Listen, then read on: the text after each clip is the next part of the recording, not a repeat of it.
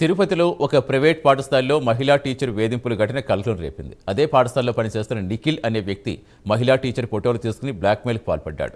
తన మాట వినకపోతే ఆ ఫోటోలు ఆమె భర్తకు చూపిస్తానంటూ బెదిరించాడు. వేధింపులు భరించలేక నిందితుడి ఇంటికి వెళ్లి ప్రశ్నిస్తే దూషించి దాడి చేసినట్టుగా బాధితురాలు ఆరోపించారు.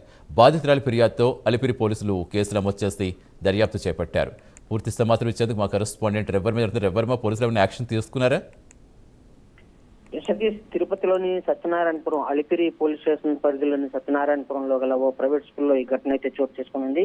ప్రైవేట్ స్కూల్లో సోషల్ టీచర్ గా పనిచేస్తున్నటువంటి మహిళా వ్యక్తి మీద అదే స్కూల్లో డాన్స్ టీచర్ గా పనిచేస్తున్నటువంటి నిఖిల్ అనే వ్యక్తి తరచూ అతను పరిచయం, అంటే స్కూల్ టీచర్ గా ఉన్నప్పుడు తోటి టీచర్ కాబట్టి పరిచయాలు అయితే సహజంగా వస్తాయి.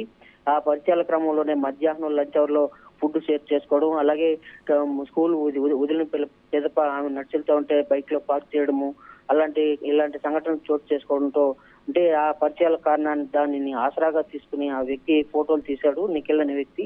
అదే కాకుండా తాను చెప్పినట్టుగా నేను నడుచుకోవాలని చెప్పేసి పదే గత 3 నెలలుగా వేధిస్తున్నాడని చెప్పి కూడా మహిళా టీచర్ అయితే పోలీసులకి అయితే ఫిర్యాదు చేసింది. నిన్న ఉన్న బలంగా అతని వేధింపులు తట్టుకోలేకుండా ఇవాళ పోలీసులకి అయితే ఫిర్యాదు చేసింది. ముఖ్యంగా తన వేధింపుల కారణంగానే ఇంటి వద్దకు వెళ్ళి అంటే నిఖిల్ ఇంటి వద్దకు వెళ్ళి పరిస్థితి కూడా వివరించానని చెప్పి కూడా పేర్కొనింది. అయితే ఇంటి వద్దకు వచ్చి వివరించడంతోనే ఒకసారిగా నిఖిల్ ఆమె మీద తీవ్ర పదజాలతో దుర్భాషలాడమే కాకుండా ఒక దశలో తోపులాట కూడా జరిగిందని చెప్పి కూడా ఆమె పోలీసులకి అయితే ఫిర్యాదు చేసింది.